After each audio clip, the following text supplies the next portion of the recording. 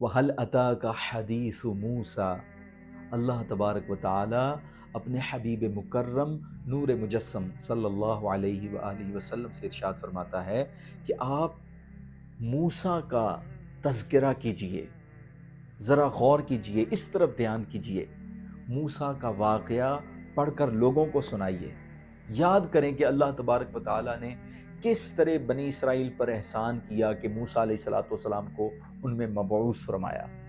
اب یہاں ایک بڑا پیارا واقعہ ہے، اور کس طرح صراحت کے ساتھ، تفصیل کے ساتھ حضرت سیدنا موسیٰ علیہ السلام کا تذکرہ اللہ تبارک و تعالیٰ قرآن پاک میں بیان فرما رہا ہے، ایک ایک لمحے کی، لمحہ غیب کی خبر دے رہا ہے۔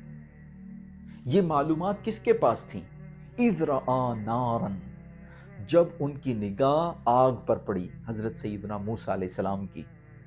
فقال لأہلہم کثوا، تو موسیٰ علیہ السلام نے اپنی اہل بیت سے کہا، اپنے گھر والوں سے کہا، انی آنست نارا لعلی آتیکم منہا بقبس او اجد علی النار ہدا، کہ میری آگ پر نگاہ پڑی ہے تو یہاں تم سب ٹھہرو، میں کچھ آگ لے کر آتا ہوں، یا وہاں پر اگر کوئی موجود ہے تو اس سے کچھ راستے کا پتہ کرتا ہوں۔ فلما اتاہا، تو جب موسیٰ آگ کے قریب ہوئے، نودیا، تو انہیں ندا کی گئی، یا موسیٰ، اے موسیٰ، سبحان اللہ العظیم۔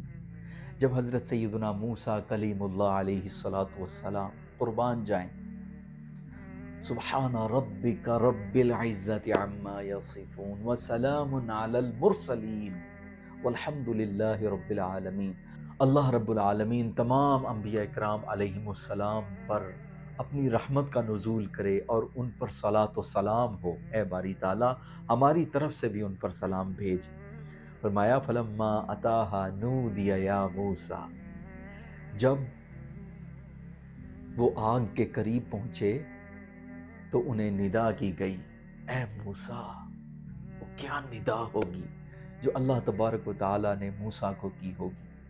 انی انا ربک، اے موسیٰ بے شک میں تیرا رب ہوں، فاخلع نعلیک، تو اپنے جوتے اتار دیجئے کہ یہ وادی مقدس ہے۔ ہم مسجدوں میں داخل ہونے سے پہلے اپنے جوتے اسی وجہ سے اتارتے ہیں کہ وہ مقدس جگہ ہوتی ہے۔ ہم مصلی پر جانے سے پہلے اپنے جوتے اسی لیے اتار دیتے ہیں کہ وہ ایک مقدس جگہ ہے۔